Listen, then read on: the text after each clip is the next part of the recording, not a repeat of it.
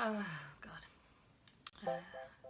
Hello, my name is Yasmin Wilde and I was hit by a bus.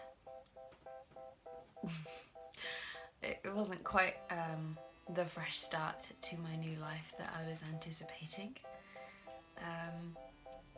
You'll probably already be aware of this.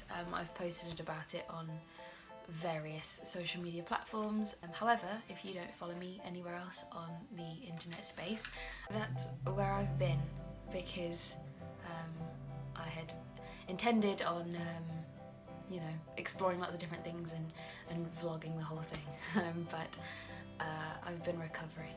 So let's rewind 3 weeks ago. I just left home for the first time and moved my entire life here to London. I was just starting to get settled and unpacked, and I was beginning to explore my new surroundings.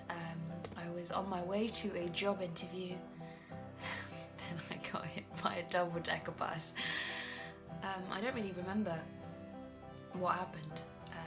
From what I am aware, I was on my way to the interview, I was stuck in traffic, I was late. I got off the bus with the intention of walking the rest of the way, and then I had a really nice dream, and then next thing I knew I woke up in an air ambulance, because apparently that happened and they had to air ambulance me out of there. And yeah, so I regained consciousness and they were like, hey, you've been hit by a bus, and I was like, what? Next few hours after that consisted of various different scans and tests to see what the damage was. My family were called. I was dipping in and out of consciousness throughout the entire experience. I remember like snippets, but for the most part it's just a blur. I do remember the first thing that I did when I was conscious enough to form coherent thoughts was to tweet about it. So there you go. I did sort of spend that first day responding to so many messages and phone calls from people. I responded to all of them, but I don't really remember it. I was high. I was just so high. But I was told that I had fractured my right clavicle, aka my collarbone, this bad boy here, and I had some mild bleeding in my brain, which sounds serious, and I mean, I suppose it is, it's bleeding in the brain. So they decided that I needed to be monitored for 48 hours in hospital, so I was admitted to the ward. And that was a fun time. The hospital itself was really lovely. Food was great for hospital food, and being a vegetarian as well, they had some great options, so I mean, couldn't complain there. My other fellow ward mates were questionable.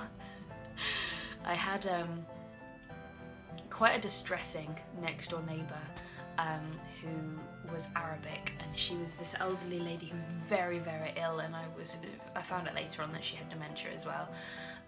But just like retching and vomiting and like moaning and muttering, and it was all in Arabic, and she had somebody that was sort of staying with her 24/7, also speaking in Arabic, and Arabic is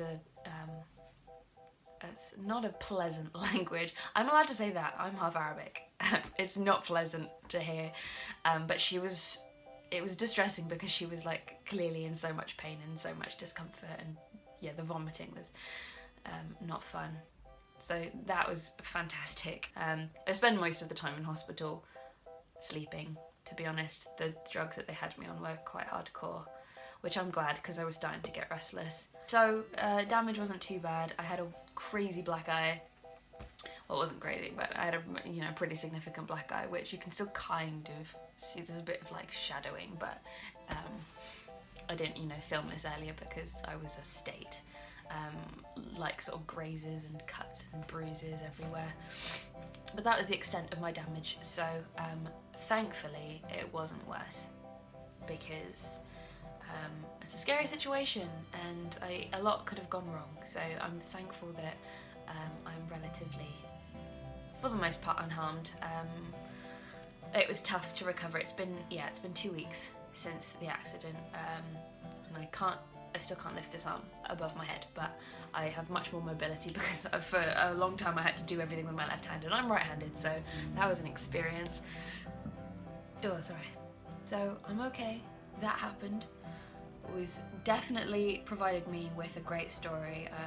I've told it to a lot of people, used it to my advantage. It's a great conversation piece, and I think because I'm, not more harmed than it's almost comical, it's pretty funny. Not funny, it's crazy, it's mad. I can't believe it happened still. It doesn't really feel real. I don't remember the accident at all. I actually went back to the hospital, and nothing. Passed by where supposedly it happened. Was on a bus, walking around, chancing it like I do. So yeah, that's my story. Definitely put a spanner in the works. It set me back a lot. Obviously I was on my way to a job interview at the time, so I'm just trying to find a job. Trying to get my life back on track and start this properly. And then once I'm settled, have a job, have some sort of financial security, I'll be able to create some really cool stuff and, go and explore things and vlog it. And I'd really like to get into photography at some point as well. So,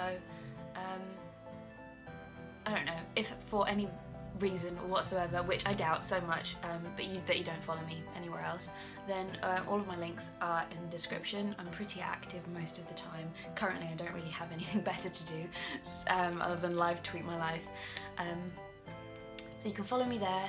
Yes. Okay, so thanks for watching. I know a lot of you probably knew about it, but a lot of you didn't know the extent of the details, so I just thought I'd get them all out of the way. And I end this. I don't do this. Vlogging is so much easier. I can just end with like a scenic shot of some nature or something. Alright, well, cheers. Bye. I will see you soon.